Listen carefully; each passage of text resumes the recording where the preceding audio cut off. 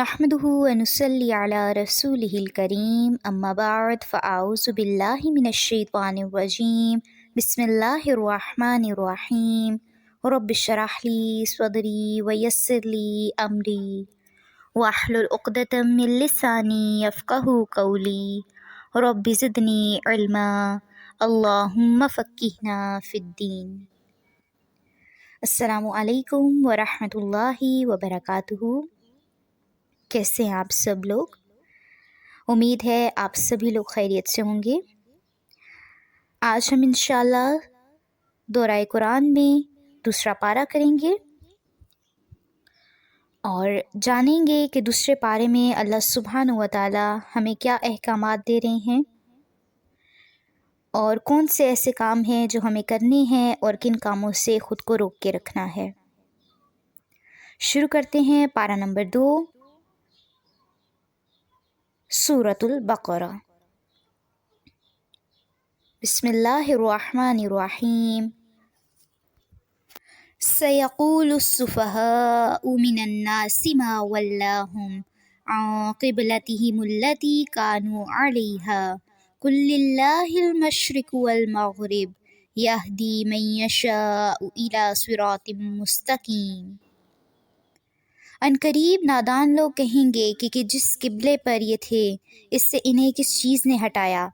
آپ کہہ دیجئے کہ مشرق اور مغرب کا مالک اللہ ہی ہے، وہ جسے چاہے سیدھی راہ کی ہدایت کر دے۔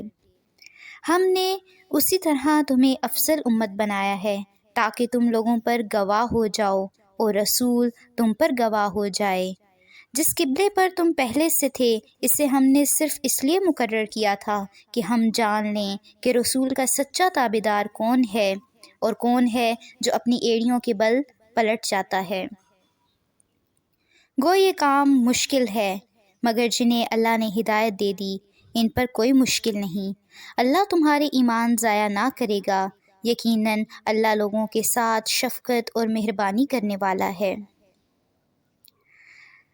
یہاں پر تحویل قبلہ کا حکم ہے جس میں رسول اللہ صلی اللہ علیہ وسلم کو قبلہ تبدیل کرنے کا حکم دیا گیا، کیونکہ جب آپ صلی اللہ علیہ وسلم مکہ سے ہجرت کر کے مدینہ تشریف لائے تھے تو 16 سے 17 مہینے تک بیت المقدس کی طرف رخ کر کے نماز پڑھتے رہے، جبکہ آپ صلی اللہ علیہ وسلم کی خواہش تھی کہ خانہ کعبہ کی طرف ہی رخ کر کے نماز پڑھی جائے جو قبلہ ابراہیمی ہے۔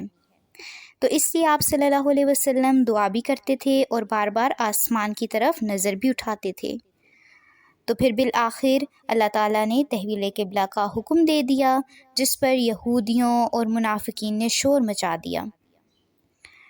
حالانکہ نماز اللہ کی ایک عبادت ہے اور عبادت میں عابد کو جس طرح حکم ہوتا ہے اس طرح کرنے کا وہ پابند ہوتا ہے۔ تو اس لیے جب اللہ تعالیٰ نے رخ پھیرا تو ہمیں چاہیے کہ ہم اسی طرف منہ موڑ لیں، لیکن جو یہود تھے اور منافقین تھے انہوں نے طرح طرح کی باتیں بنانا شروع کر دیں کہ کبھی یہ کس قبلے کی طرف منہ کرتے ہیں، کبھی کس قبلے کی طرف منہ کرتے ہیں۔ در حقیقت وہ یہ بات خود بھی جانتے تھے اور ان کی کتابوں میں تھا کہ جو آخری نبی ہوگا اس کا قبلہ بیت اللہ ہی ہوگا، لیکن ان کی جو ہٹ درمی تھی، ان کے اندر جو تکبر تھا وہ ان کو ایمان نہیں لانے دے رہا تھا۔ قد نرى تقلب وجهك في السماء فلنولينك قبلة ترضاها فول وجهك شطر المسجد الحرام وحيث ما كنتم فولوا وجوهكم شطره وإن الذين أوتوا الكتاب ليعلمون أنه الحق من ربهم وما الله بغافل عما يعملون۔ ہم آپ کے چہرے کو بار بار آسمان کی طرف اٹھتے ہوئے دیکھ رہے ہیں، اب ہم آپ کو اس قبلے کی جانب متوجہ کریں گے جسے آپ پسند کرتے ہیں۔ آپ اپنا منہ مسجد حرام کی طرف پھیر لیں اور آپ جہاں کہیں ہوں اپنا منہ اسی طرف پھیرا کریں۔ اہل کتاب کو اس بات کے اللہ کی طرف سے برحق ہونے کا قطعی علم ہے اور اللہ ان اعمال سے غافل نہیں جو یہ کرتے ہیں۔ یعنی اہل کتاب کے مختلف صحیفوں میں خانہ کعبہ کے قبلہ آخر الانبیاء ہونے کے واضح اشارات موجود ہیں۔ لیکن ان کا مسئلہ کیا ہے کہ نسلی غرور اور حسد انہیں قبول حق میں رکاوٹ بن رہا ہے۔ پھر اس کے بعد فرمایا گیا اور آپ اگرچہ اہل کتاب کو تمام دلیلیں دے دیں لیکن وہ آپ کے قبلے کی پیروی نہیں کریں گے اور نہ آپ ان کے قبلے کو ماننے والے ہیں اور نہ یہ آپس میں ایک دوسرے کے قبلے کو ماننے والے ہیں، اور اگر آپ باوجود یہ کہ آپ کے پاس علم آ چکا پھر بھی ان کی خواہشوں کے پیچھے لگ جائیں تو بالیقین آپ بھی ظالموں میں سے ہو جائیں گے۔ الذین آتیناہم الکتاب یعرفونہ کما یعرفون ابناءہم وان فریقا منہم لیکتمون الحق وہم یعلمون الحق من ربک فلا تکونن من الممترین۔ جنہیں ہم نے کتاب دی ہے وہ تو اسے ایسا پہچانتے ہیں جیسے کوئی اپنے بچوں کو پہچانے، ان کی ایک جماعت حق کو پہچان کر پھر چھپاتی ہے۔ آپ کے رب کی طرف سے یہ سراسر حق ہے، خبردار آپ شک کرنے والوں میں سے نہ ہونا۔ ہر شخص ایک نہ ایک طرف متوجہ ہو رہا ہے، تم نیکیوں کی طرف دوڑو جہاں کہیں بھی ہو، اللہ تمہیں لے آئے گا، اللہ ہر چیز پر قادر ہے۔ یہاں آیت نمبر 148 میں بتایا گیا کہ نیکیوں کی طرف سبقت کرو، نیکیوں کی طرف دوڑو، نیکی کا جو کام نظر آئے اس میں پہل کرو۔ وَمِنْ حَيْثُ خَرَجْتَ فَوَلِّ وَجْهَكَ شَطْرَ الْمَسْجِدِ الْحَرَامِ وَإِنَّهُ لَلْحَقُّ مِنْ رَبِّكَ وَمَا اللَّهُ بِغَافِلٍ عَمَّا تَعْمَلُونَ۔ آپ جہاں سے نکلے اپنا منہ نماز کے لیے مسجد حرام کی طرف کر لیا کریں، یہی حق ہے آپ کے رب کی طرف سے، جو کچھ تم کر رہے ہو اس سے اللہ بے خبر نہیں۔ اور جس جگہ سے آپ نکلیں اپنا منہ مسجد حرام کی طرف پھیر لیں، اور جہاں کہیں تم ہو اپنے چہرے اسی طرف کیا کرو تاکہ لوگوں کی کوئی حجت تم پر باقی نہ رہ جائے، سوائے ان لوگوں کے جنہوں نے ان میں سے ظلم کیا ہے۔ تم ان سے نہ ڈرو، مجھ ہی سے ڈرو، اور تاکہ میں اپنی نعمت تم پر پوری کروں، اور اس لیے بھی کہ تم راہ راست پا جاؤ۔ آیت نمبر 150 بہت امپورٹنٹ آیت ہے۔ یہاں پہ اللہ سبحانہ و تعالیٰ کیا ارشاد فرماتے ہیں؟ فَلَا تَخْشَوْهُمْ وَاخْشَوْنِی، اور تم ان سے نہ ڈرو، مجھ ہی سے ڈرو۔ تو ڈرنے کا فائدہ کیا ہوگا؟ وَلِأُتِمَّ نِعْمَتِی، اور تاکہ میں اپنی نعمت تم پر تمام کر دوں، تم پر پوری کر دوں۔ اور کیا فائدہ ہوگا؟ وَلَعَلَّکُمْ تَہْتَدُونَ، اور تاکہ تم راہ راست پا جاؤ۔ تو یہاں پہ جو کرنے کا سب سے امپورٹنٹ کام ہے وہ یہ ہے کہ لوگوں سے کسی حال میں نہیں ڈرنا چاہیے، صرف اور صرف اللہ سبحانہ و تعالیٰ کا خوف اپنے دل میں رکھنا چاہیے اور اسی کو راضی کرنے کی کوشش کرنی چاہیے۔ کما ارسلنا فیکم رسولا منکم یتلو علیکم آیاتنا ویزکیکم ویعلمکم الکتاب والحکمت وَيُعَلِّمُكُم مَّا لَمْ تَكُونُوا تَعْلَمُونَ۔ جس طرح ہم نے تم ہی میں سے رسول بھیجا جو ہماری آیتیں تمہارے سامنے تلاوت کرتا ہے اور تمہیں پاک کرتا ہے اور تمہیں کتاب و حکمت اور وہ چیزیں سکھاتا ہے جن سے تم بے علم تھے۔ تو کرنا کیا ہے؟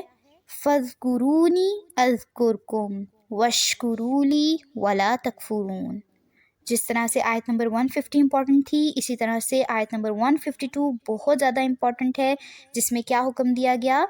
اس لیے تم میرا ذکر کرو، میں بھی تمہیں یاد کروں گا، میری شکر گزاری کرو اور ناشکری سے بچو۔ تو کرنے کا کام کیا ہے کہ اللہ سبحانہ و تعالیٰ کا کثرت سے ذکر کرنا ہے۔ فائدہ کیا ہوگا؟ بدلے میں اللہ بھی ہمیں یاد کرے گا، اور اللہ سبحانہ و تعالیٰ کی شکر گزاری کرو اور ناشکری سے بچو۔ تو کفران نعمت کبھی نہیں کرنا چاہیے۔ جب ہم نعمت کا کفر کرتے ہیں تو وہ نعمت ہم سے چھن جاتی ہے، اور اگر ہم چاہتے ہیں کوئی نعمت ہم پر مزید بڑھتی جائے تو اس کے لیے شکر گزاری کو اپنانا ہوگا۔ آیت نمبر 153 میں ارشاد ہوا، یا ایھا الذین آمنوا استعینوا بالصبر والصلاۃ ان اللہ مع الصابرین۔ اے ایمان والو، صبر اور نماز کے ساتھ مدد چاہو، اللہ صبر والوں کا ساتھ دیتا ہے۔ بہت امپورٹنٹ آیات ہیں، ان پہ بہت توجہ کی ضرورت ہے۔ مشکل حالات میں صبر اور نماز سے مدد مانگنی چاہیے، یہ دو کرنے کے کام بھولنے نہیں ہیں ہم نے۔ وَلَا تَقُولُوا لِمَن يُقْتَلُ فِي سَبِيلِ اللَّهِ أَمْوَاتٌ بَلْ أَحْيَاءٌ وَلَٰكِن لَّا تَشْعُرُونَ، اور اللہ کی راہ کے شہیدوں کو مردہ مت کہو، وہ زندہ ہیں لیکن تم نہیں سمجھتے۔ یعنی جو شخص اللہ سبحانہ و تعالیٰ کی راہ میں شہید ہوتا ہے وہ زندہ کہلاتا ہے۔ اب یہ زندگی کیسی ہے یہ اللہ سبحانہ و تعالیٰ بہتر جانتے ہیں۔ البتہ احادیث سے ہمیں یہ پتہ چلتا ہے کہ شہداء کو مردہ نہ کہنا چاہیے، ان کی اعزاز و تکریم کرنی چاہیے، اور یہ زندگی برزخ کی زندگی ہے جسے ہم سمجھنے سے قاصر ہیں۔ شہید کی روح اور بعض روایات میں مومن کی روح بھی ایک پرندے کے جوف یعنی سینے میں جنت میں جہاں چاہتی ہے پھرتی ہے، اور یہ سورہ آل عمران آیت نمبر 129 میں بھی درج ہے۔ پھر اس کے بعد کیا حکم دیا گیا؟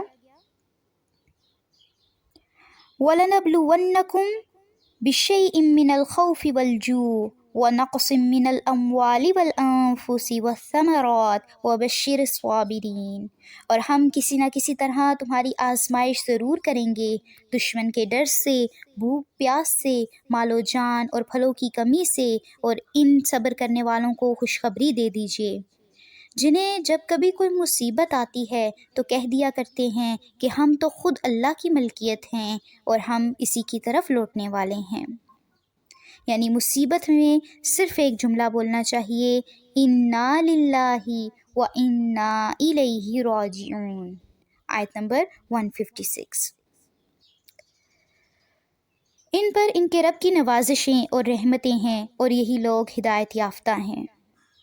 یعنی جو شخص صبر کرتا ہے تو اللہ سبحانہ و تعالیٰ اسے ہدایت بخشتے ہیں، اور پھر اسے جو چیز اس سے چھن جاتی ہے اس سے بہترین عطا کرتے ہیں۔ سبحان اللہ۔ صفا اور مروہ اللہ کی نشانیوں میں سے ہیں، اس لیے بیت اللہ کا حج اور عمرہ کرنے والے پر ان کا طواف کر لینے میں بھی کوئی گناہ نہیں۔ اپنی خوشی سے بھلائی کرنے والوں کا اللہ قدردان ہے اور انہیں خوب جاننے والا ہے۔ جو لوگ ہماری اتاری ہوئی دلیلوں اور ہدایت کو چھپاتے ہیں باوجود یہ کہ ہم اسے اپنی کتاب میں لوگوں کے لیے بیان کر چکے، ان لوگوں پر اللہ کی اور تمام لعنت کرنے والوں کی لعنت ہے۔ یعنی جو شخص اللہ سبحانہ و تعالیٰ کی کتاب میں سے باتوں کو چھپاتا ہے تو یہ اتنا بڑا جرم ہے کہ اللہ کے علاوہ دیگر لعنت کرنے والے بھی اس شخص پر لعنت کرتے ہیں۔ تو جب کوئی آپ سے بات پوچھی جائے اسپیشلی دین کے حوالے سے اور آپ کو پتہ ہو کہ اس میں سچ کیا ہے تو سچ کو ایز اٹ از بتانا چاہیے، اس میں نہ تو کسی قسم کی ہیرا پھیری کرنی چاہیے اور نہ ہی بات کو بدلنا چاہیے، نہ ہی دوسرے کی مرضی کے مطابق بات بتانی چاہیے، بلکہ جو سچ ہے اس کو بالکل جس طرح سے وہ لکھا ہے، جس طرح سے وہ ہم پر آیا ہے اسی طرح سے اس کو بتا دینا چاہیے۔ إِلَّا الَّذِينَ تَابُوا وَأَصْلَحُوا وَبَيَّنُوا، مگر وہ لوگ جو توبہ کر لیں اور اصلاح کر لیں اور بیان کر دیں تو میں ان کی توبہ قبول کر لیتا ہوں، اور میں توبہ قبول کرنے والا اور رحم و کرم کرنے والا ہوں۔ یعنی کبھی ماضی میں کچھ غلطیاں ہو چکی ہیں تو اب کرنے کا کام کیا ہے؟ کثرت سے توبہ استغفار کرنی ہے تاکہ اللہ سبحانہ و تعالی ہمارے ماضی کے گناہوں کو دھو ڈالیں، ہمیں معاف کر دیں۔ ان الذین کفروا وماتوا وهم کفار اولئک علیہم لعنت اللہ والملائکۃ والناس اجمعین، یقیناً جو کفار اپنے کفر ہی میں مر جائیں ان پر اللہ کی فرشتوں کی اور تمام لوگوں کی لعنت ہے۔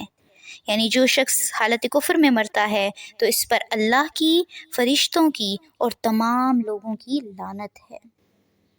تو جو شخص کافر ہوتا ہے اور وہ مر جاتا ہے، جیسے آپ نے دیکھا ہوگا بہت سے ایکٹر مر جاتے ہیں، ایکٹریسز مر جاتی ہیں جو کافر ہوتے ہیں، لیکن ہمیں بہت دکھ لگتا ہے تو ہم کیا کرتے ہیں، ان کے مرنے پہ دعائیں کرتے ہیں کہ اللہ کرے یہ جنت میں چلا جائے، یا RIP لکھ دیتے ہیں یعنی ریسٹ ان پیس۔ تو اللہ سبحانہ و تعالیٰ یہاں پہ منع کر رہے ہیں کہ کافروں کے لیے کیا ہے کہ وہ لعنت کے مستحق ہیں اگر وہ حالت کفر میں مر جاتے ہیں۔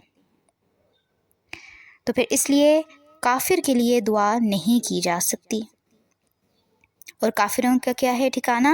جس میں یہ ہمیشہ رہیں گے، نہ ان سے عذاب ہلکا کیا جائے گا اور نہ انہیں ڈھیل دی جائے گی۔ تم سب کا معبود ایک ہی معبود ہے، اس کے سوا کوئی معبود برحق نہیں، وہ بہت رحم کرنے والا اور بڑا مہربان ہے۔ ان فی خلق السماوات والارض واختلاف اللیل والنہار والفلک التي تجری فی البحر بما ينفع الناس وما انزل اللہ من السماء من ماء فاحیا به الارض بعد موتها وبث فيها من كل دابة وتصريف الرياح والسحاب المسخر بين السماء والارض لآیات لقوم یعقلون۔ آسمان اور زمین کی پیدائش، رات دن کا ہیر پھیر، کشتیوں کا لوگوں کو نفع دینے والی چیزوں کے لیے سمندروں میں چلنا، آسمان سے پانی اتر کر مردہ زمین کو زندہ کر دینا، ان میں ہر قسم کے جانوروں کو پھیلا دینا، ہواؤں کے رخ بدلنا اور بادل جو آسمان اور زمین کے درمیان مسخر ہیں، ان میں عقل مندوں کے لیے قدرت الہی کی نشانیاں ہیں۔ یعنی یہ جتنے کام یہاں پہ بتائے گئے ہیں، ان سب میں انسان کے لیے نشانی ہے کہ کیسے بارش ہوتی ہے، کیسے رات دن آتے جاتے ہیں، کیسے کشتیاں لوگوں کو فائدہ دینے کے لیے سمندروں میں چلتی ہیں۔ یہ سب کون کر رہا ہے؟ ہمارا رب العالمین اللہ سبحانہ و تعالی۔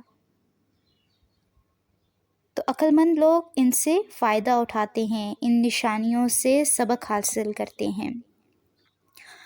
آیت نمبر 165، بعض لوگ ایسے بھی ہیں جو اوروں کو اللہ کے شریک ٹھہرا کر ان سے ایسی محبت رکھتے ہیں جیسی محبت اللہ سے ہونی چاہیے، اور ایمان والے اللہ کی محبت میں بہت سخت ہوتے ہیں۔ کاش کے مشرک لوگ جانتے کہ جب کہ اللہ کے عذاب کو دیکھ کر جان لیں گے کہ تمام طاقت اللہ ہی کو ہے اور اللہ سخت عذاب دینے والا، تو ہرگز ہی شرک نہ کرتے۔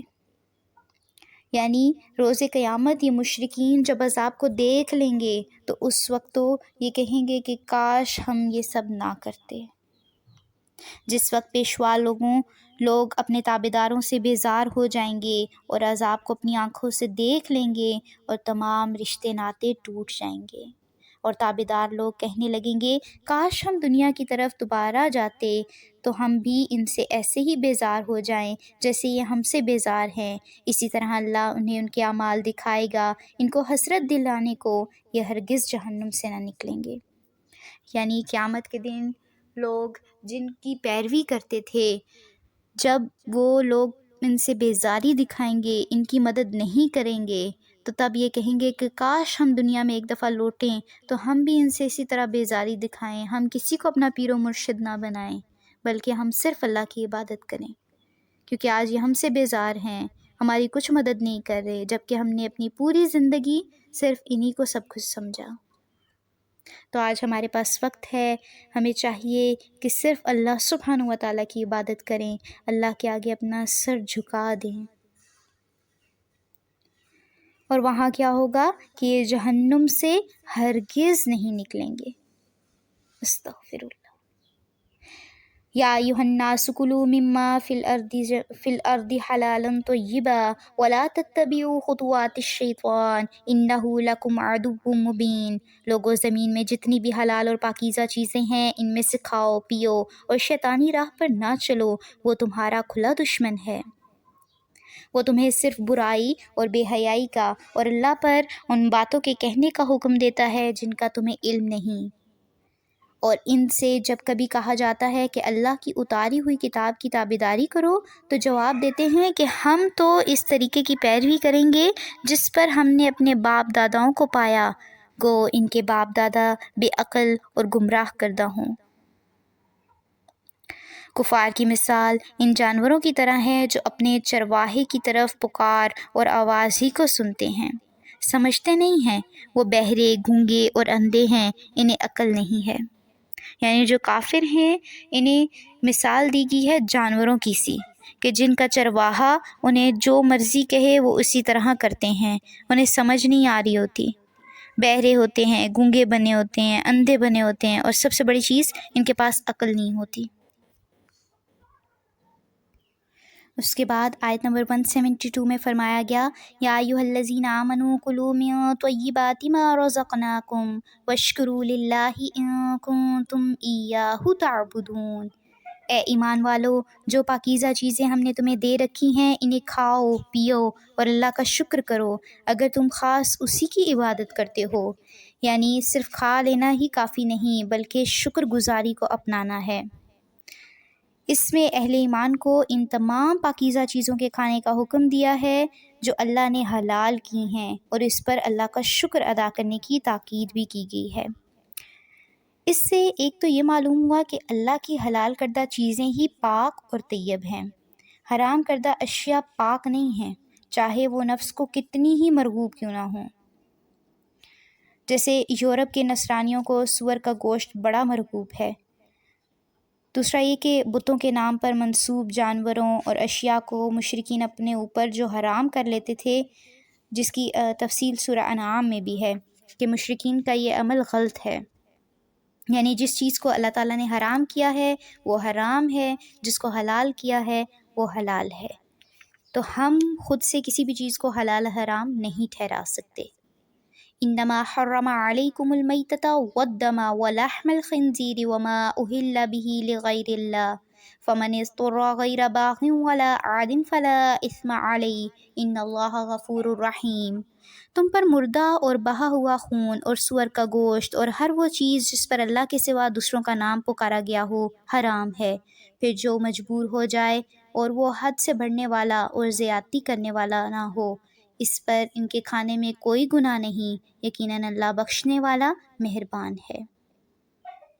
بے شک جو لوگ اللہ کی اتاری ہوئی کتاب چھپاتے ہیں اور اسے تھوڑی قیمت پہ بیچتے ہیں، یقین مانو کہ وہ اپنے پیٹ میں آگ بھر رہے ہیں۔ قیامت کے دن اللہ ان سے بات بھی نہ کرے گا اور نہ انہیں پاک کرے گا، بلکہ ان کے لیے دردناک عذاب ہے۔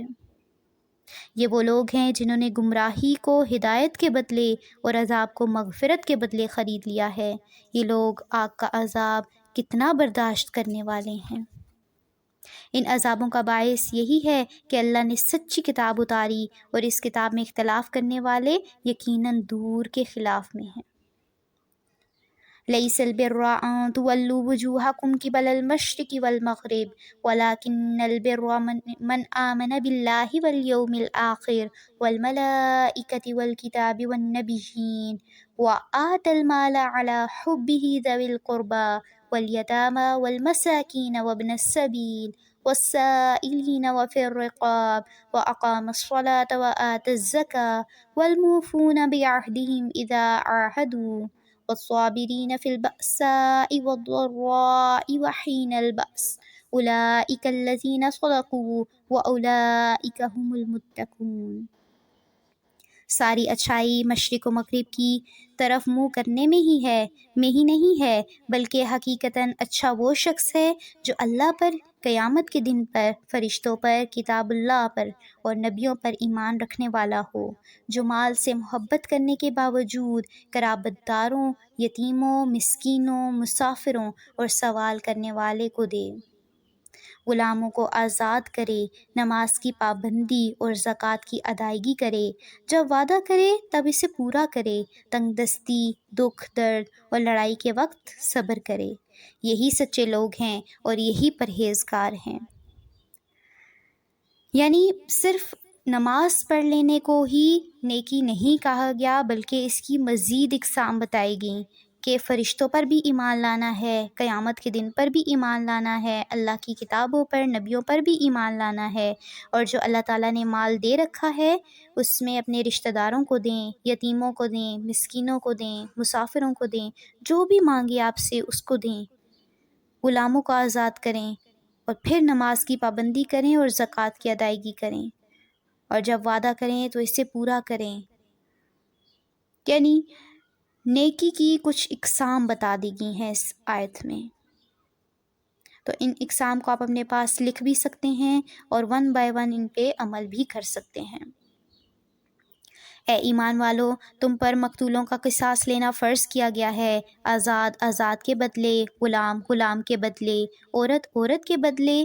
ہاں، جس کسی کو اس کے بھائی کی طرف سے کچھ معافی دے دی جائے تو اسے بھلائی کی اتباع کرنی چاہیے اور آسانی کے ساتھ دیت ادا کرنی چاہیے۔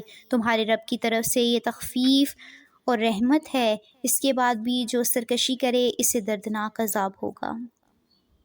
عقل مندو، قصاص میں تمہارے لیے زندگی ہے، اس باعث تم قتل ناحق سے رکو گے۔ قصاص کیا ہوتا ہے کہ اگر کسی نے کسی کا قتل کیا ہے جان بوجھ کر تو بدلے میں اس کو بھی قتل کیا جائے۔ اور دیت کیا ہوتی ہے کہ اگر اس کے مقتول کے گھر والے اس کو معاف کر دیتے ہیں قاتل کو، تو قاتل کو چاہیے اس کے بدلے دیت دے، یعنی خون بہا دے، کچھ پیسے دے۔ کتب علیکم اذا حضر احدکم الموت ان ترک خیرا الوصیۃ للوالدین والاقربین بالمعروف حقا علی المتقین۔ تم پر فرض کر دیا گیا کہ جب تم میں سے کوئی مرنے لگے اور مال چھوڑ جاتا ہو تو اپنے ماں باپ اور قرابت داروں کے لیے اچھائی کے ساتھ وصیت کر جائے، پرہیزگاروں پر یہ حق اور ثابت ہے۔ اب جو شخص اسے سننے کے بعد بدل دے، اس کا گناہ بدلنے والے پر ہی ہوگا، واقعی اللہ سننے والا جاننے والا ہے۔ یعنی وصیت کو بدلنے سے منع کیا گیا ہے۔ اگر کوئی شخص کچھ وصیت کر کے جاتا ہے تو اس کو چینج نہیں کر سکتے۔ ہاں، جو شخص وصیت کرنے والے کی جانبداری یا گناہ کی وصیت کر دینے سے ڈرے، پس وہ ان میں آپس میں اصلاح کرا دے تو اس پر گناہ نہیں، اللہ بخشنے والا مہربان ہے۔ یعنی اگر کوئی شخص کچھ غلط وصیت کر جاتا ہے تو ہم اسے چینج کر سکتے ہیں، ادروائز کوئی بالکل صحیح وصیت کر کے جاتا ہے تو اس کو چینج نہیں کیا جا سکتا۔ اور غلط وصیت کیا ہوگی کہ یعنی کسی کی حق تلفی کر دے تو پھر اس وصیت کو چینج کر سکتے ہیں۔ یا ایہا الذین آمنوا کتب علیکم الصیام کما کتب علی الذین من قبلکم لعلکم تتقون۔ اے ایمان والو، تم پر روزے رکھنا فرض کیا گیا جس طرح تم سے پہلے لوگوں پر فرض کیا گیا تھا تاکہ تم تقوی اختیار کرو۔ الصیام یعنی صوم، روزہ، جس کے شرعی معنی ہے صبح صادق سے لے کر غروب آفتاب تک کھانے پینے اور بیوی سے ہم بستری کرنے سے صرف اللہ کی عبادت کی نیت سے اسی کی رضا کے لیے رکے رہنا۔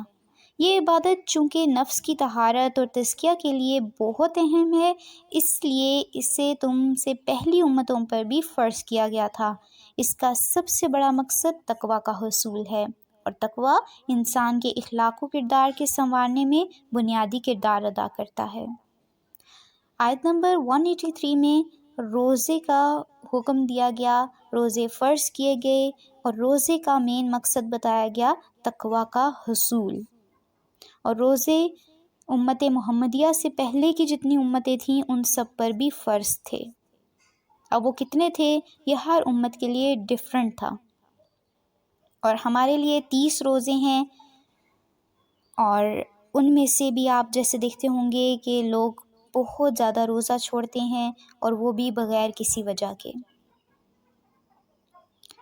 شرعی عذر میں روزہ چھوڑنے کی اجازت ہے، ادروائز اگر کوئی شخص جان بوجھ کے بھی روزے چھوڑتا ہے تو اس کے لیے وعید آتی ہے کہ وہ اگر ساری زندگی بھی روزے رکھتا رہے بغیر چھوڑے تو اس ایک روزے کا وہ نعم البدل نہیں ہو سکتے جو اس نے جان بوجھ کر چھوڑا ہوتا ہے۔ آیت نمبر 184 میں بتایا گیا کہ کون شخص روزہ چھوڑ سکتا ہے۔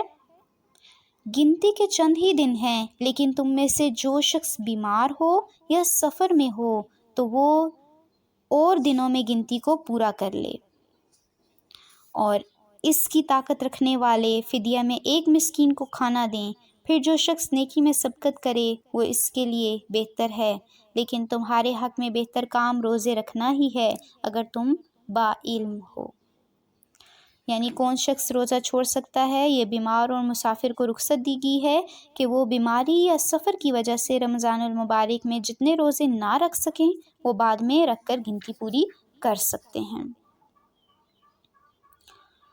پھر جو شخص بیمار ہے اور اس کو لگتا ہے یہ بہت مشقت کا میرے لیے ہے، میں نہیں رکھ سکتا، یا بہت زیادہ بوڑھا ہو گیا ہے، یا ایسی بیماری ہے کہ جس کی شفا یابی کی امید نہیں ہے، تو روزہ رکھنے میں مشقت محسوس کر رہا ہے، تو وہ کیا کرے گا؟ ایک مسکین کا کھانا بطور فدیہ دے گا۔ لیکن یہاں پہ جو مفسرین ہیں وہ کہتے ہیں کہ اگر آپ اس کی استطاعت رکھتے ہیں کہ آپ فدیہ دے سکیں تو دیں گے،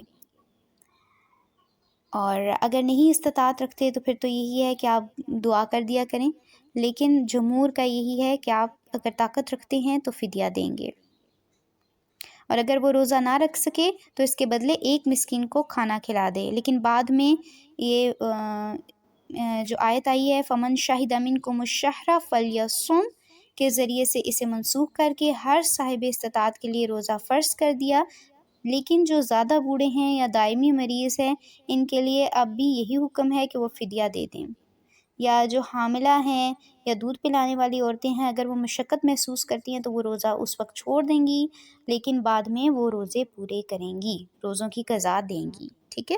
یعنی اگر آپ لوگ جسٹ بیمار ہیں اور آپ نے روزہ چھوڑا ہے تو اس دن فدیہ ادا کرنا ہوگا، اور اس کے بعد جب ٹھیک ہو جائیں تو وہ روزہ بھی رکھنا ہوگا۔ ماہ رمضان وہ ہے جس میں قرآن اتارا گیا، جو لوگوں کو ہدایت کرنے والا ہے، اور جس میں ہدایت کی اور حق و باطل کی تمیز کی نشانیاں ہیں۔ تم میں سے جو شخص اس مہینے کو پائے اسے روزہ رکھنا چاہیے، ہاں جو بیمار ہو یا مسافر ہو اسے دوسرے دنوں میں یہ گنتی پوری کرنی چاہیے۔ اللہ کا ارادہ تمہارے ساتھ آسانی کا ہے، سختی کا نہیں، وہ چاہتا ہے کہ تم گنتی پوری کر لو، اور اللہ کی دی ہوئی ہدایت پر اس کی بڑائیاں بیان کرو اور اس کا شکر کرو۔ وَإِذَا سَأَلَكَ عِبَادِي عَنِّي فَإِنِّي قَرِيبٌ أُجِيبُ دَعْوَةَ الدَّاعِ إِذَا دَعَانِ فَلْيَسْتَجِيبُوا لِي وَلْيُؤْمِنُوا بِي لَعَلَّهُمْ يَرْشُدُونَ۔ جب میرے بندے میرے بارے میں آپ سے سوال کریں تو آپ کہہ دیں کہ میں بہت ہی قریب ہوں، ہر پکارنے والے کی پکار کو جب کبھی وہ مجھے پکارے قبول کرتا ہوں۔ اس لیے لوگوں کو بھی چاہیے کہ وہ میری بات مان لیا کریں اور مجھ پر ایمان رکھیں، یہی ان کی بھلائی کا باعث ہے۔ بہت خوبصورت آیت ہے، اور اس میں کیا بات بتائے گی کہ جب بھی کوئی شخص اللہ سبحانہ و تعالیٰ کو پکارتا ہے تو اللہ تعالیٰ اس کی پکار کا جواب ضرور دیتے ہیں۔ ایسا نہیں ہے کہ اللہ تعالیٰ جواب نہیں دیتے، اللہ تعالیٰ جواب ضرور دیتے ہیں۔ تو اس لیے اللہ تعالیٰ اس کی بات کا جواب دے کے اس کی پکار کو پورا کرتے ہیں، اس کی بات کو، اس کی دعا کو قبول کر لیتے ہیں۔ تو ہمیں کیا کرنا ہے؟ ہمیں بھی اللہ سبحانہ و تعالیٰ کی بات ماننی ہے، اللہ پر ایمان لانا ہے۔ أحل لكم ليلة الصيام الرفث إلى نسائكم هن لباس لكم وأنتم لباس لهن علم الله أنكم كنتم تختانون أنفسكم فتاب عليكم وعفى عنكم فالآن باشروهن وابتغوا ما كتب الله لكم۔ اور یہاں پہ اس آیت میں بتایا گیا، آیت نمبر 187، روزے کی راتوں میں اپنی بیویوں سے ملنا تمہارے لیے حلال کیا گیا، وہ تمہارا لباس ہیں اور تم ان کے لباس ہو۔ تمہاری پوشیدہ خیانتوں کا اللہ کو علم ہے، اس نے تمہاری توبہ قبول فرما کر تم سے درگزر فرما لیا، اب تمہیں ان سے مباشرت کی اور اللہ کی لکھی ہوئی چیز کو تلاش کرنے کی اجازت ہے۔ تم کھاتے پیتے رہو یہاں تک کہ صبح کا سفید دھاگا سیاہ دھاگے سے ظاہر ہو جائے، پھر رات کا روزے کو پورا کرو، اور عورتوں سے اس وقت مباشرت نہ کرو جبکہ تم مسجد میں اعتکاف میں ہو، یہ اللہ کی حدود ہیں، تم ان کے قریب بھی نہ جاؤ۔ اسی طرح اللہ اپنی آیتیں لوگوں کے لیے بیان فرماتا ہے تاکہ وہ بچیں۔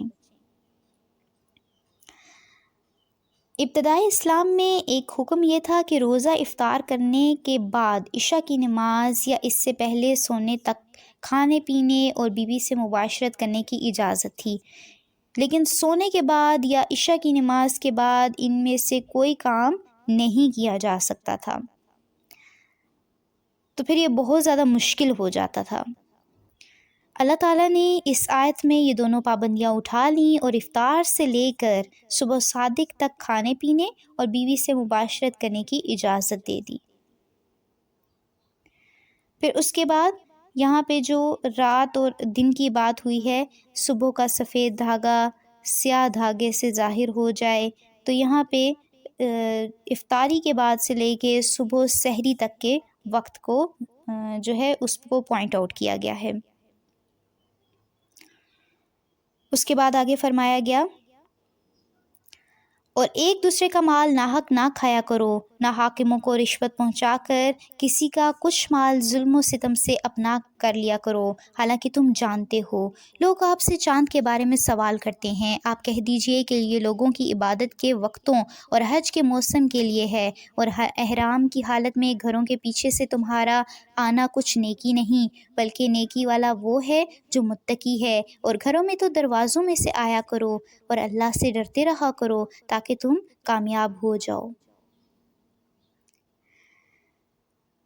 انصار جاہلیت میں جب حج یا عمرے کا احرام باندھ لیتے تھے اور پھر کسی خاص ضرورت کے لیے گھر آنے کی ضرورت انہیں پڑتی تھی تو وہ کیا کرتے تھے، دروازے سے آنے کی بجائے پیچھے سے دیوار پھلانگ کر آتے تھے، اور وہ سمجھتے تھے کہ یہ نیکی ہے۔ تو اللہ تعالیٰ نے فرمایا یہ نیکی نہیں، اگر تم نے گھر میں انٹر ہونا ہے تو مین گیٹ سے، دروازے سے انٹر ہو۔ وَقَاتِلُوا فِي سَبِيلِ اللَّهِ الَّذِينَ يُقَاتِلُونَكُمْ وَلَا تَعْتَدُوا إِنَّ اللَّهَ لَا يُحِبُّ الْمُعْتَدِينَ، لڑو اللہ کی راہ میں ان سے جو تم سے لڑتے ہیں، جہاد کرو اور زیادتی نہ کرو، اللہ زیادتی کرنے والوں کو پسند نہیں فرماتا۔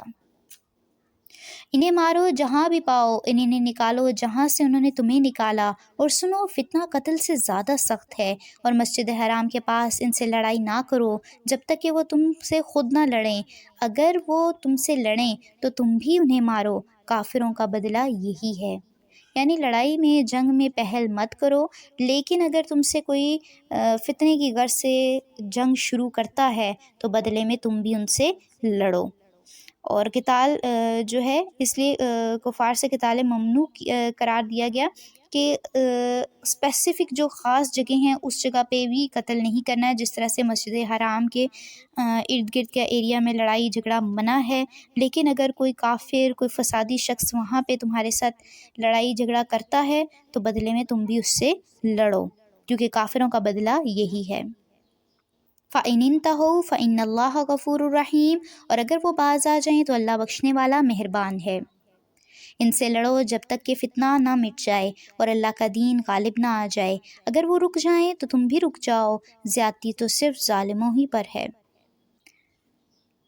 حرمت والے مہینے حرمت والے مہینوں کے بدلے ہیں، اور حرمتیں عدلے بدلے کی ہیں، جو تم پر زیادتی کرے تم بھی اسی پر اس کے مثل زیادتی کرو، اور جو اس نے تم پر کی ہے، اور اللہ سے ڈرتے رہا کرو، اور جان رکھو کہ اللہ پرہیزگاروں کے ساتھ ہے۔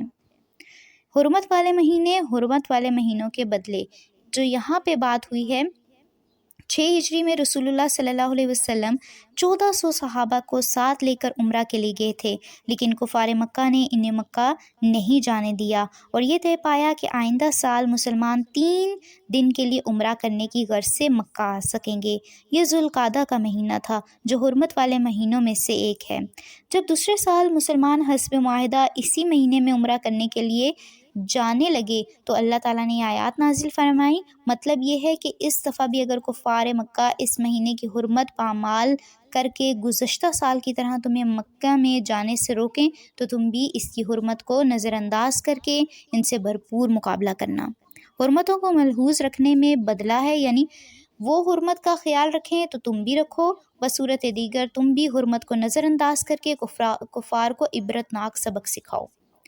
ٹھیک ہے، کیونکہ بعض اوقات دوسرے لوگ آپ کی اس چیز کا بہت فائدہ اٹھاتے ہیں کہ آپ بہت زیادہ دین کو فالو کر رہے ہیں، بہت جو ہے ایک چیز کو ویلیو دے رہے ہیں، تو آپ کا بہت زیادہ فائدہ اٹھاتے ہیں۔ تو جہاں پہ ایسا لگنے لگے تو پھر دوسرے شخص کو سبق سکھانے کے لیے حرمت کو کچھ دیر کے لیے نظر انداز بھی کیا جا سکتا ہے۔ وَأَنفِقُوا فِي سَبِيلِ اللَّهِ وَلَا تُلْقُوا بِأَيْدِيكُمْ إِلَى التَّهْلُكَةِ وَأَحْسِنُوا إِنَّ اللَّهَ يُحِبُّ الْمُحْسِنِينَ۔ آیت نمبر 195۔ اللہ کی راہ میں خرچ کرو اور اپنے ہاتھوں ہلاکت میں نہ پڑو، اور سلوک و احسان کرو، اللہ احسان کرنے والوں کو دوست رکھتا ہے۔ حج اور عمرے کو اللہ کے لیے پورا کرو، ہاں اگر تم روک لیے جاؤ تو جو قربانی میسر ہو اسے کر ڈالو، اور اپنے سر نہ منڈواؤ جب تک کہ قربانی قربان گاہ تک نہ پہنچ جائے۔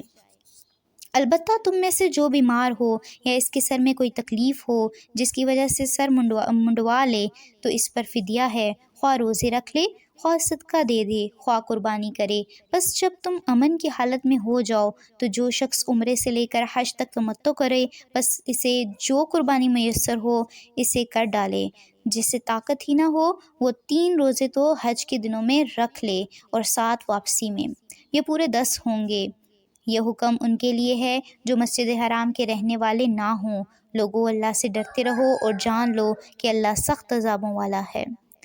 آپ دیکھ رہے ہوں گے ہر آیت کے اینڈ میں یہ ضرور بتایا گیا ہے کہ لوگو اللہ سے ڈرو، اللہ کا خوف دل میں پیدا کرو، ورنہ سخت عذاب کے لیے تیار رہو۔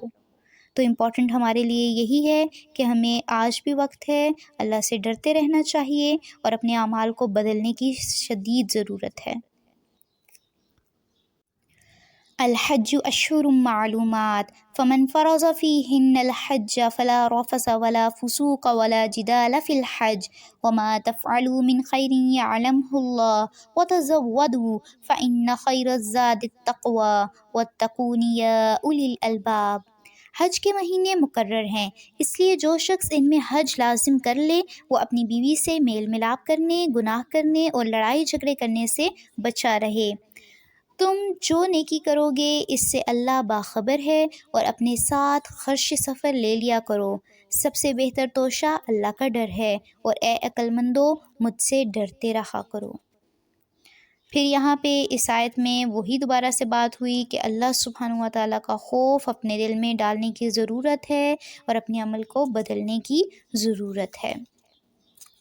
لَيْسَ عَلَيْكُمْ جُنَاحٌ أَن تَبْتَغُوا فَضْلًا مِّن رَّبِّكُمْ فَإِذَا أَفَضْتُم مِّنْ عَرَفَاتٍ فاذْكُرُوا اللَّهَ عِندَ الْمَشْعَرِ الْحَرَامِ وَاذْكُرُوهُ كَمَا هَدَاكُمْ وَإِن كُنتُم مِّن قَبْلِهِ لَمِنَ الضَّالِّينَ۔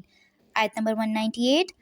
تم پر اپنے رب کا فضل تلاش کرنے میں کوئی گناہ نہیں۔ جب تم عرفات سے لوٹو تو مشعر حرام کے پاس ذکر الہی کرو اور اس کا ذکر کرو جسے کہ اس نے تمہیں ہدایت دی، حالانکہ تم اس سے پہلے راہ بھولے ہوئے تھے۔ پھر تم اس جگہ سے لوٹو جس جگہ سے سب لوگ لوٹتے ہیں، اور اللہ سے بخشش طلب کرتے رہو، یقیناً اللہ بخشنے والا مہربان ہے۔ یہاں پہ اب کچھ حج کے ارکان بتائے گئے ہیں، اور ان کو جاننے کے لیے ضروری ہے کہ ہم اسے مزید تفصیل کے ساتھ جب ہم قرآن کی تفسیر کریں تو بہتر طور پر سیکھ سکتے ہیں۔ پھر جب تم ارکان حج ادا کر چکو تو اللہ کا ذکر کرو جس طرح تم اپنے باپ داداؤں کا ذکر کیا کرتے تھے، بلکہ اس سے بھی زیادہ۔ بعض لوگ وہ بھی ہیں جو کہتے ہیں اے ہمارے رب ہمیں دنیا میں ہی دے دے، ایسے لوگوں کا آخرت میں کوئی حصہ نہیں۔ وَمِنْهُمْ مَنْ يَقُولُ رَبَّنَا آتِنَا فِي الدُّنْيَا حَسَنَةً وَفِي الْآخِرَةِ حَسَنَةً وَقِنَا عَذَابَ النَّارِ۔ اور بعض لوگ وہ بھی ہیں جو کہتے ہیں اے ہمارے رب ہمیں دنیا میں نیکی دے اور آخرت میں بھی بھلائی عطا فرما اور ہمیں عذاب جہنم سے بچا لے۔ یہاں پہ بہت امپورٹنٹ دعا بتائی گئی ہے اور بتایا گیا ہے کہ صرف دنیا نہیں مانگنی چاہیے، دنیا کے ساتھ ساتھ آخرت بھی مانگنی چاہیے، اور عذاب جہنم سے بچنے کی دعائیں بھی کرتے رہنا چاہیے، کیونکہ جو شخص صرف دنیا کی دعائیں مانگتا ہے اللہ تعالیٰ اسے دنیا تو دے دیتے ہیں تو آخرت میں اس کے لیے کچھ بھی باقی نہیں رہتا۔ اولئک لہم نصیب مما کسبوا واللہ سریع الحساب۔ یہ وہ لوگ ہیں جن کے لیے ان کے اعمال کا حصہ ہے اور اللہ جلد حساب لینے والا ہے۔ وَاذْكُرُوا اللَّهَ فِي أَيَّامٍ مَّعْدُودَاتٍ۔ اور اللہ کی یاد ان گنتی کے چند دنوں یعنی ایام تشریق میں کرو۔ 2 دن کی جلدی کرنے والے پر بھی کوئی گناہ نہیں، اور جو پیچھے رہ جائے اس پر بھی کوئی گناہ نہیں۔ یہ پرہیزگار کے لیے ہے، اور اللہ سے ڈرتے رہو اور جان رکھو کہ تم سب اسی کی طرف جمع کیے جاؤ گے۔ بعض لوگوں کی دنیاوی غرض کی باتیں آپ کو خوش کر دیتی ہیں اور وہ اپنے دل کی باتوں پر اللہ کو گواہ کرتا ہے، حالانکہ در حقیقت وہ زبردست جھگڑالو ہے۔ وَإِذَا تَوَلَّى سَعَىٰ فِي الْأَرْضِ لِيُفْسِدَ فِيهَا وَيُهْلِكَ الْحَرْثَ وَالنَّسْلَ وَاللَّهُ لَا يُحِبُّ الْفَسَادَ، جب وہ پلٹ کر جاتا ہے تو زمین میں فساد پھیلانے کی اور کھیتی اور نسل کی بربادی کی کوشش میں لگا رہتا ہے، اور اللہ تعالیٰ کو فساد ناپسند ہے۔ اور جب ان سے کہا جائے کہ اللہ سے ڈرو تو تکبر اور تعصب اسے گناہ پر آمادہ کر دیتا ہے، ایسے کے لیے بس جہنم ہی ہے اور یقیناً وہ بدترین جگہ ہے۔ تکبر اور غرور جو ہے انسان کو گناہ پر ابھارتا ہے، تو امپورٹنٹ بات یہ ہے کہ ہمیں اپنے اندر سے تکبر اور غرور کو نکالنا ہے تاکہ ہم بآسانی نیکیوں پر چل سکیں، بآسانی اللہ سبحانہ و تعالیٰ کے احکامات پر سر تسلیم خم کر سکیں۔ اور بعض لوگ وہ بھی ہیں کہ اللہ کی رضامندی کی طلب میں اپنی جان تک بیچ ڈالتے ہیں، اور اللہ اپنے بندوں پر بڑی شفقت کرنے والا ہے۔ یہ جو آیت ہے، آیت نمبر 207، کہتے ہیں حضرت صہیب رومی رضی اللہ تعالیٰ عنہ کے بارے میں نازل ہوئی ہے کہ جب وہ ہجرت کرنے لگے تو کافروں نے کہا کہ مال سب یہاں کا کمایا ہوا ہے، اسے ہم ساتھ نہیں لے جانے دیں گے۔ حضرت صہیب نے وہ سارا مال ان کے حوالے کر دیا اور دین ساتھ لے کر حضور صلی اللہ علیہ وسلم کی خدمت میں حاضر ہوئے۔ رسول اللہ نے فرمایا، صہیب نے نفع بخش تجارت کی، 2 مرتبہ فرمایا۔ تو نفع بخش تجارت کیا ہے کہ انسان اپنے ایمان کی حفاظت کرے، اس کو کسی صورت ضائع ہونے سے بچا لے۔ اس کے بعد آیت نمبر 208 میں فرمایا گیا، یا ایھا الذین آمنوا ادخلوا فی السلم کافۃ ولا تتبعوا خطوات الشیطان انہ لکم عدو مبین۔ ایمان والو، اسلام میں پورے داخل ہو جاؤ اور شیطان کے قدموں کی تابعداری نہ کرو، وہ تمہارا کھلا دشمن ہے۔ اگر تم باوجود یہ کہ تمہارے پاس دلیلیں آ جانے کے بھی پھسل جاؤ تو جان لو کہ اللہ غلبے والا اور حکمت والا ہے۔ کیا لوگوں کو اس بات کا انتظار ہے کہ ان کے پاس خود اللہ ابر کے سائبانوں میں آ جائے اور فرشتے بھی، اور کام انتہا تک پہنچا دیا جائے؟ اللہ ہی کی طرف تمام کام لوٹائے جاتے ہیں۔ یا تو قیامت کا منظر ہے، اب یہاں پہ اس سے مراد ہے، یعنی کیا یہ قیامت برپا ہونے کا انتظار کر رہے ہیں، یا پھر اس کا مطلب یہ ہے کہ اللہ تعالیٰ فرشتوں کے جلوہ میں اور بادلوں کے سائے میں ان کے سامنے آ جائے اور فیصلہ چکائے، تب وہ ایمان لائیں گے۔ لیکن ایسا اسلام قابل قبول ہی نہیں، یعنی کہ جب ان کے سامنے ساری چیزیں آ جائیں، فرشتے نظر آنے لگیں، اللہ سبحانہ و تعالیٰ جو ہے وہ فیصلے کرنے لگیں، اس وقت اگر کوئی ایمان لاتا ہے تو ایسے ایمان کا کوئی فائدہ نہیں۔ ایمان تو بن دیکھے ایمان لانا ہے۔ سل بنی اسرائیل کم آتیناہم من آیۃ بینہ، بنی اسرائیل سے پوچھو تو کہ ہم نے انہیں کس قدر روشن نشانیاں عطا فرمائیں۔ اور جو شخص اللہ کی نعمتوں کو اپنے پاس پہنچ جانے کے بعد بدل ڈالے، وہ جان لے کہ اللہ بھی سخت عذاب والا ہے۔ اب بنی اسرائیل پہ کون سی روشن نشانیاں تھیں؟ مثلاً عصائے موسیٰ، جس کے ذریعے سے ہم نے جادوگروں کا توڑ کیا، سمندر سے راستہ بنایا، پتھر سے 12 چشمے نکالے گئے، بادلوں کا سایہ، من و سلوہ کا نزول، یہ سب اللہ سبحانہ و تعالیٰ کی نشانیاں تھیں۔ لیکن بنی اسرائیل جو تھے وہ بہت ہٹ درمی پہ اٹھے ہوئے تھے اور انہوں نے ہمیشہ اللہ کی آیات کا انکار کیا، اور پھر اللہ نے انہیں سخت عذاب کی وعید سنا دی۔ زُيِّنَ لِلَّذِينَ كَفَرُوا الْحَيَاةُ الدُّنْيَا وَيَسْخَرُونَ مِنَ الَّذِينَ آمَنُوا وَالَّذِينَ اتَّقَوْا فَوْقَهُمْ يَوْمَ الْقِيَامَةِ وَاللَّهُ يَرْزُقُ مَن يَشَاءُ بِغَيْرِ حِسَاب۔ کافروں کے لیے دنیا کی زندگی خوب زینت دار کی گئی ہے، وہ ایمان والوں سے ہنسی مذاق کرتے ہیں، حالانکہ پرہیزگار لوگ قیامت کے دن ان سے اعلیٰ ہوں گے۔ اللہ جسے چاہتا ہے بے حساب روزی دیتا ہے۔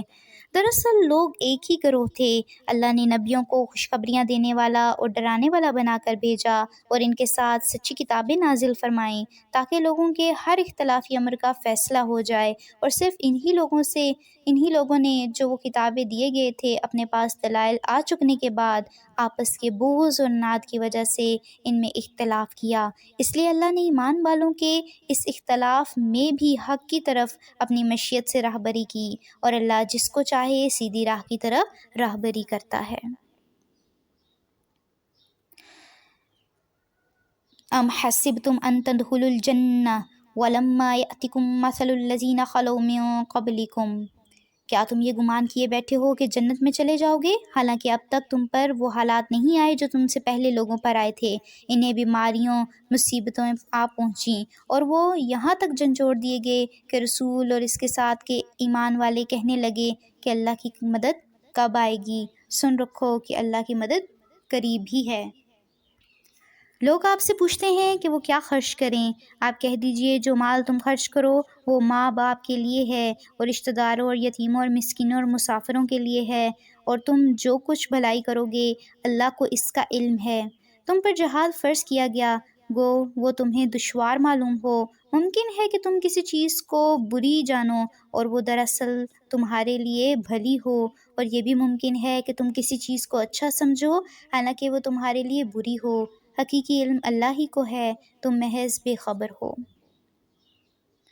لوگ آپ سے حرمت والے مہینوں میں لڑائی کی بابت سوال کرتے ہیں، آپ کہہ دیجئے کہ ان میں لڑائی کرنا بڑا گناہ ہے، لیکن اللہ کی راہ سے روکنا، اس کے ساتھ کفر کرنا اور مسجد حرام سے روکنا اور وہاں کے رہنے والوں کو وہاں سے نکالنا اللہ کے نزدیک اس سے بھی بڑا گناہ ہے۔ یہ فتنہ قتل سے بھی بڑا گناہ ہے۔ وہ لوگ تم سے لڑائی بڑائی کرتے ہی رہیں گے یہاں تک کہ اگر ان سے ہو سکے تو تمہیں تمہارے دین سے مرتد کر دیں، اور تم میں سے جو لوگ اپنے دین سے پلٹ جائیں اور کفر کی حالت میں مریں ان کے اعمال دنیا اور آخرت سب غارت ہو جائیں گے، یہ لوگ جہنمی ہوں گے اور ہمیشہ ہمیشہ جہنم میں ہی رہیں گے۔ یعنی جو شخص ایمان لاتا ہے اور اس کے بعد کفر کا راستہ اپناتا ہے تو ایسے شخص کے تمام اعمال غارت ہو جاتے ہیں، جتنے بھی اس نے نیک اعمال کیے ہوتے ہیں۔ ان الذین آمنوا والذین ہاجروا، البتہ ایمان لانے والے، ہجرت کرنے والے، اللہ کی راہ میں جہاد کرنے والے ہی رحمت الہی کے امیدوار ہیں۔ اللہ بہت بخشنے والا اور بہت مہربانی کرنے والا ہے۔ یسألونک عن الخمر والمیسر، لوگ آپ سے شراب اور جوئے کا مسئلہ پوچھتے ہیں، آپ کہہ دیجئے ان دونوں میں بہت بڑا گناہ ہے، اور لوگوں کو ان سے دنیاوی فائدے بھی ہوتے ہیں لیکن ان کا گناہ ان کے نفع سے زیادہ بڑا ہے۔ آپ سے یہ بھی دریافت کرتے ہیں کہ کیا کچھ خرچ کریں، تو آپ کہہ دیجئے کہ ضرورت سے زائد۔ اللہ اسی طرح اپنے احکام صاف صاف تمہارے لیے بیان فرماتا ہے تاکہ تم سوچ سمجھ سکو۔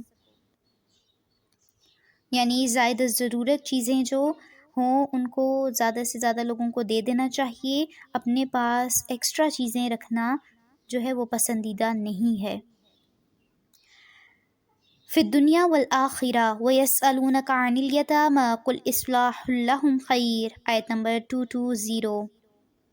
امور دینی اور دنیاوی، اور آپ سے یتیموں کے بارے میں بھی سوال کرتے ہیں، آپ کہہ دیجئے کہ ان کی خیر خواہی بہتر ہے، تم اگر ان کا مال اپنے مال میں ملا بھی لو تو تمہارے حق میں بہتر ہے۔ بدنیت اور نیک نیت ہر ایک کو اللہ خوب جانتا ہے، اور اگر اللہ چاہتا تو تمہیں مشقت میں ڈال دیتا، یقیناً اللہ غلبے والا اور حکمت والا ہے۔ اور شرک کرنے والی عورتوں سے تاوقتیہ کہ وہ ایمان نہ لے آئیں تم نکاح نہ کرو، ایماندار لونڈی بھی شرک کرنے والی آزاد عورت سے بہتر ہے، گو تمہیں مشرکہ ہی اچھی لگتی ہو، اور نہ شرک کرنے والے مردوں کے نکاح میں اپنی عورتوں کو دو جب تک کہ وہ ایمان نہ لائیں، ایماندار غلام آزاد مشرک سے بہتر ہے، گو مشرک تمہیں اچھا لگے۔ یہ لوگ جہنم کی طرف بلاتے ہیں اور اللہ اپنے حکم سے جنت کی طرف اور اپنی بخشش کی طرف بلاتا ہے، اور وہ اپنی آیتیں لوگوں کے لیے بیان فرماتا ہے تاکہ وہ نصیحت حاصل کریں۔ اب یہاں پہ کیا بتایا گیا کہ مشرک سے نکاح شادی کرنا منع ہے، چاہے مشرک مرد ہو چاہے مشرک عورت ہو، اس کے ساتھ کوئی بھی مسلمان شخص عورت یا مرد شادی نہیں کر سکتے۔ وَيَسْأَلُونَكَ عَنِ الْمَحِيضِ قُلْ هُوَ أَذًى فَاعْتَزِلُوا النِّسَاءَ فِي الْمَحِيضِ۔ آپ سے حیض کے بارے میں سوال کرتے ہیں، کہہ دیجئے کہ وہ گندگی ہے، حالت حیض میں عورتوں سے الگ رہو، اور جب تک وہ پاک نہ ہو جائیں ان کے قریب نہ جاؤ۔ ہاں، جب وہ پاک ہو جائیں تو ان کے پاس جاؤ جہاں سے اللہ نے تمہیں اجازت دی ہے۔ اللہ توبہ کرنے والوں کو اور پاک رہنے والوں کو بہت پسند فرماتا ہے۔ تمہاری بیویاں تمہاری کھیتیاں ہیں، اپنی کھیتیوں میں جس طرح چاہو آؤ، اور اپنے لیے نیک اعمال آگے بھیجو، اور اللہ سے ڈرتے رہا کرو، اور جان رکھو کہ تم اس سے ملنے والے ہو، اور ایمان والوں کو خوشخبری سنا دیجیے۔ وَلَا تَجْعَلُوا اللَّهَ عُرْضَةً لِأَيْمَانِكُمْ أَن تَبَرُّوا وَتَتَّقُوا وَتُصْلِحُوا بَيْنَ النَّاسِ وَاللَّهُ سَمِيعٌ عَلِيمٌ۔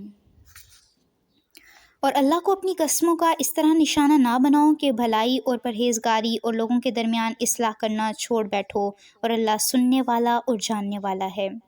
یعنی غصے میں اس طرح کی قسم مت کھاؤ کہ میں فلاں کے ساتھ آئندہ نیکی نہیں کروں گا، یا فلاں کے ساتھ بات نہیں کروں گا، یا فلاں کے درمیان صلح نہیں کرواؤں گا۔ اس قسم کی قسموں کے لیے حدیث میں کہا گیا ہے کہ اگر کھا لو تو انہیں توڑ دو اور قسم کا کفارہ ادا کر دو۔ اور قسم کا کفارہ کیا ہے یہ ہم انشاءاللہ سورۃ المائدہ آیت نمبر 89 میں پڑھیں گے۔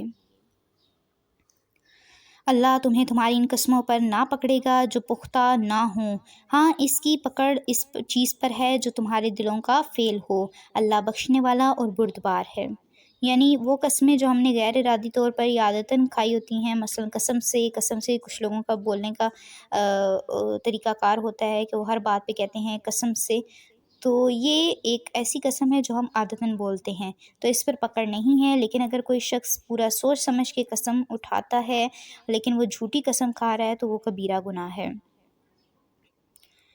للذین یؤلون من نسائہم تربص اربعۃ اشہر، جو لوگ اپنی بیویوں سے تعلق نہ رکھنے کی قسمیں کھائیں ان کے لیے 4 مہینے کی مدت ہے، پھر اگر وہ لوٹ آئیں تو اللہ بھی بخشنے والا مہربان ہے۔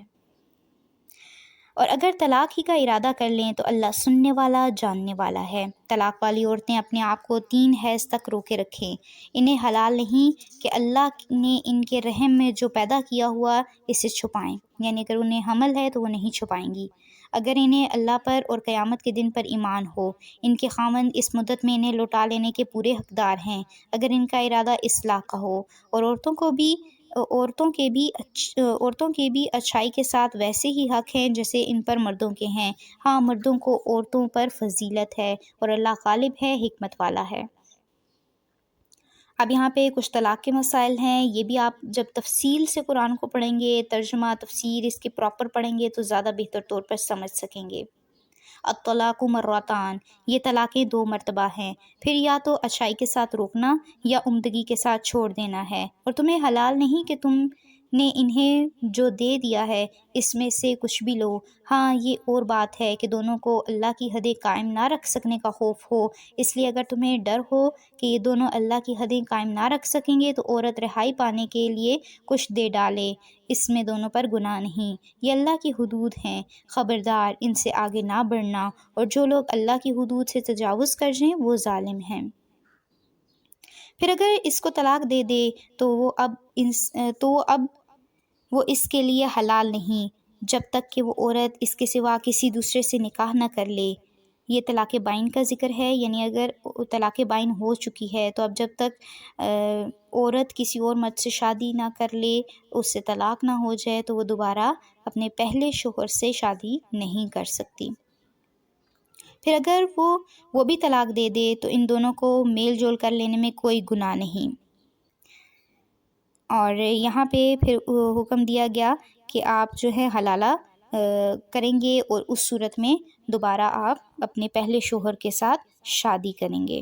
لیکن اگر کوئی شخص خود حلالہ کرواتا ہے، یعنی میں صرف وقتی طور پر شادی کروں گا اس لڑکی سے، اس کے بدلے آپ مجھے پیسے دیں اور میں طلاق پھر دے دوں گا، تو اس شخص پر آپ صلی اللہ علیہ وسلم نے حلالہ کرنے والے اور کروانے والے دونوں پر لعنت فرمائی ہے۔ یہ جامع ترمذی میں حدیث موجود ہے۔ بشرطیہ یہ جان لیں کہ اللہ کی حدود کو قائم رکھ سکیں گے۔ یہ اللہ کی حدودیں ہیں جنہیں وہ جاننے والوں کے لیے بیان فرما رہا ہے۔ آیت نمبر 231، جب تم عورتوں کو طلاق دو اور وہ اپنی عدت ختم کرنے پر آئیں تو اب انہیں اچھی طرح بساؤ یا بھلائی کے ساتھ الگ کر دو، اور انہیں تکلیف پہنچانے کی غرض سے ظلم و زیادتی کے لیے نہ رکھو۔ جو شخص ایسا کرے اس نے اپنی جان پر ظلم کیا۔ تم اللہ کے احکام کو ہنسی کھیل نہ بناؤ، اور اللہ کا تم پر جو احسان ہے یاد کرو، اور جو کچھ کتاب و حکمت اس نے نازل فرمائی ہے جس سے تمہیں نصیحت کر رہا ہے اس سے بھی، اور اللہ سے ڈرتے رہا کرو، اور جان رکھو کہ اللہ ہر چیز کو جانتا ہے۔ اور جب تم اپنی عورتوں کو طلاق دو اور وہ اپنی عدت پوری کر لیں تو انہیں ان کے خامدوں سے نکاح کرنے سے نہ روکو، یعنی اگر کوئی عورت اپنے پہلے شوہر سے دوبارہ شادی کرنا چاہتی ہے تو اسے مت روکو جبکہ وہ آپس میں دستور کے مطابق رضامند ہوں۔ یہ نصیحت انہیں کی جاتی ہے جن تم میں سے اللہ پر اور قیامت کے دن پر یقین و ایمان ہو۔ اس میں تمہاری بہترین صفائی اور پاکیزگی ہے، اللہ جانتا ہے اور تم نہیں جانتے۔ والوالدات یرضعن اولادہن حولین کاملین لمن اراد ان یتم الرضاعہ وعلی المولود لہ رزقہن وکسوتہن۔ مائیں اپنی اولادوں کو 2 سال کامل دودھ پلائیں، جن کا ارادہ دودھ پلانے کی مدت بالکل پوری کرنے کا ہو، اور جن کے بچے ہیں ان کے ذمے ان کا روٹی کپڑا ہے جو دستور کے مطابق ہو۔ ہر شخص اتنی ہی تکلیف دیا جاتا ہے جتنی اس کی طاقت ہو۔ ماں کو اس کے بچے کی وجہ سے یا باپ کو اس کی اولاد کی وجہ سے کوئی ضرر نہ پہنچایا جائے۔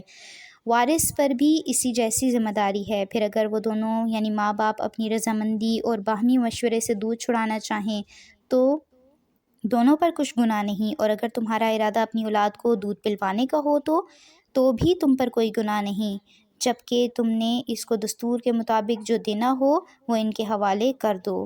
یعنی اگر کوئی عورت دودھ پلاتی ہے تو اس کے شوہر کو چاہیے کہ اپنی بیوی کا خیال رکھے، بے شک ان کے درمیان طلاق ہو جائے لیکن وہ اس کے بچے کو دودھ پلا رہی ہے تو اس کے کھانے پینے کا، کپڑے وغیرہ کا انتظام کرے۔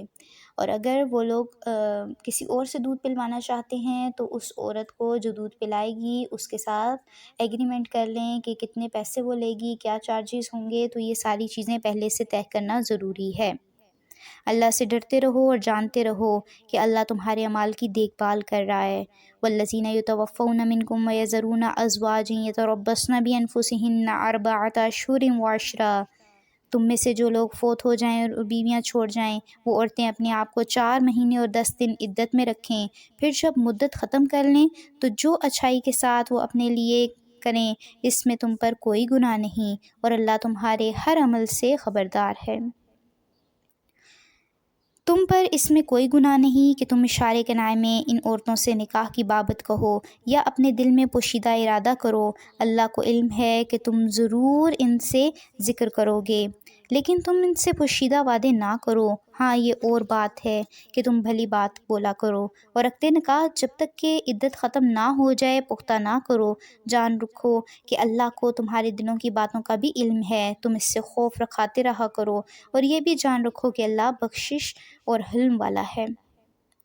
اب یہاں پہ عدت کے بارے میں بیان ہوا ہے کہ اگر کسی کا شوہر مر جائے تو اس نے 4 ماہ 10 دن عدت کے گزارنے ہیں، اور اس عدت کے ٹائم پیریڈ میں وہ شادی نہیں کرے گی۔ جب عدت ختم ہوگی تو اس کے بعد وہ شادی کر سکتی ہے۔ لا جناح علیکم، اور اگر تم عورتوں کو بغیر ہاتھ لگائے اور بغیر مہر مقرر کیے طلاق دے دو تو بھی تم پر کوئی گناہ نہیں۔ ہاں انہیں کچھ نہ کچھ فائدہ دو، خوشحال اپنے اندازے سے اور تنگ دست اپنی طاقت کے مطابق، دستور کے مطابق اچھا فائدہ دے، بھلائی کرنے والوں پر یہ لازم ہے۔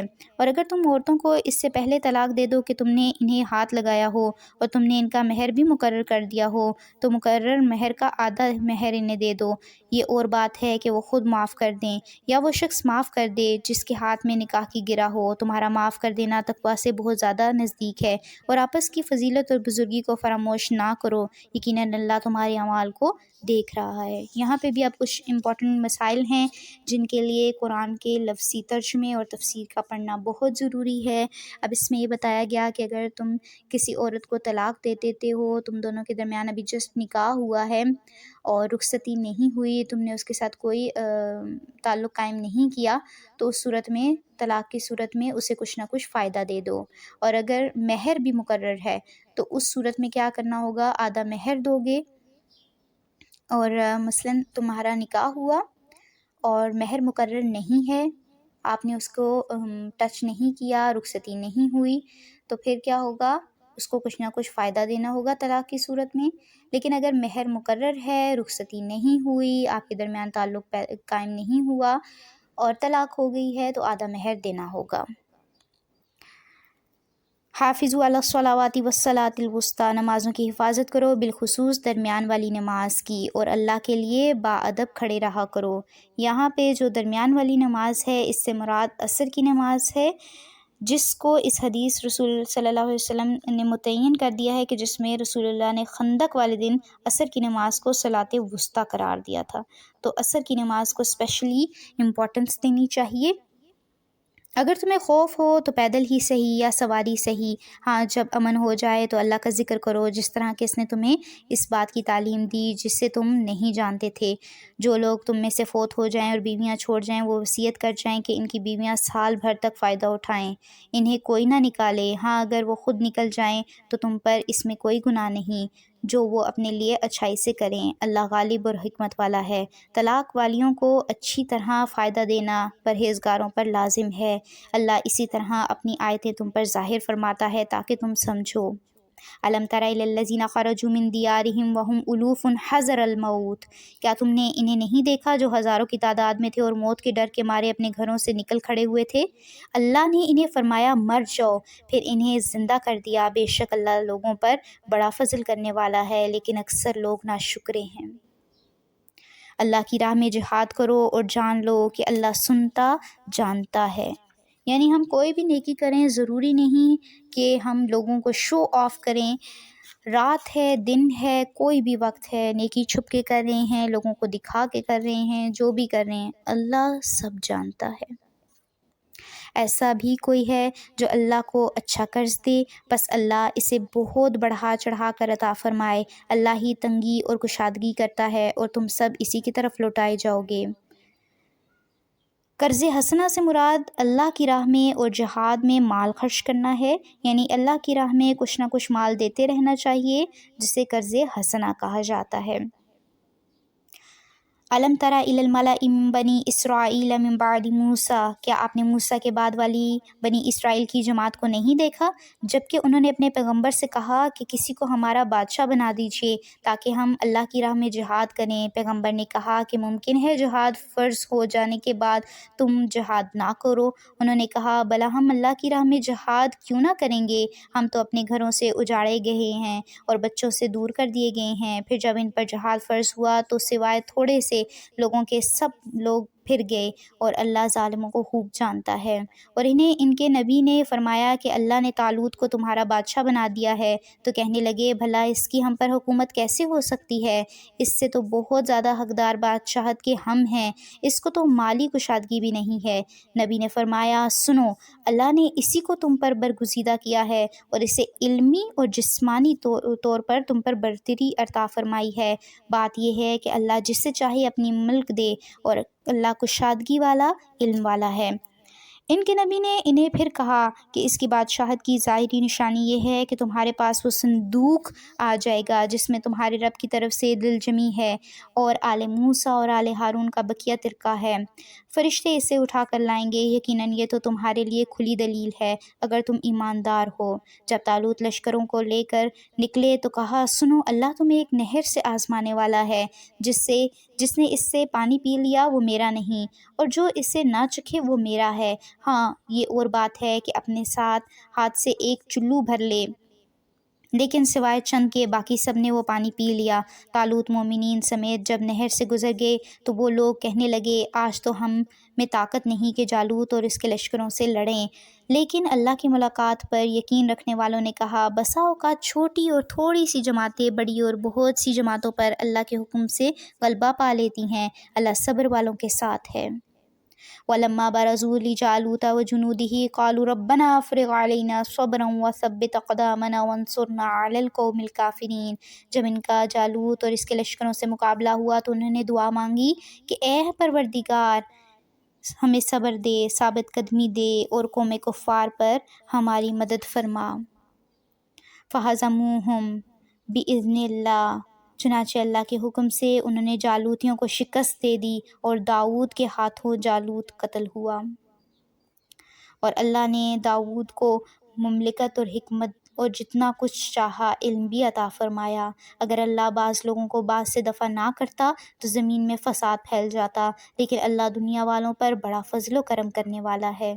تِلْکَ آیاتُ اللہِ نَتْلُوهَا عَلَيْکَ بِالْحَقِّ وَإِنَّکَ لَمِنَ الْمُرْسَلِینَ، یہ اللہ کی آیتیں ہیں جنہیں ہم حقانیت کے ساتھ آپ پر پڑھتے ہیں، بالیقین آپ رسولوں میں سے ہیں۔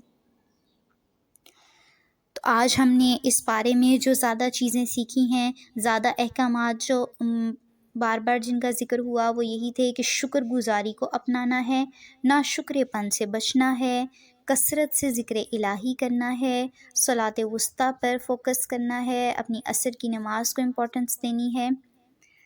تو یہ کچھ بہت امپورٹنٹ چیزیں ہیں جن پر عمل کرنا ہے۔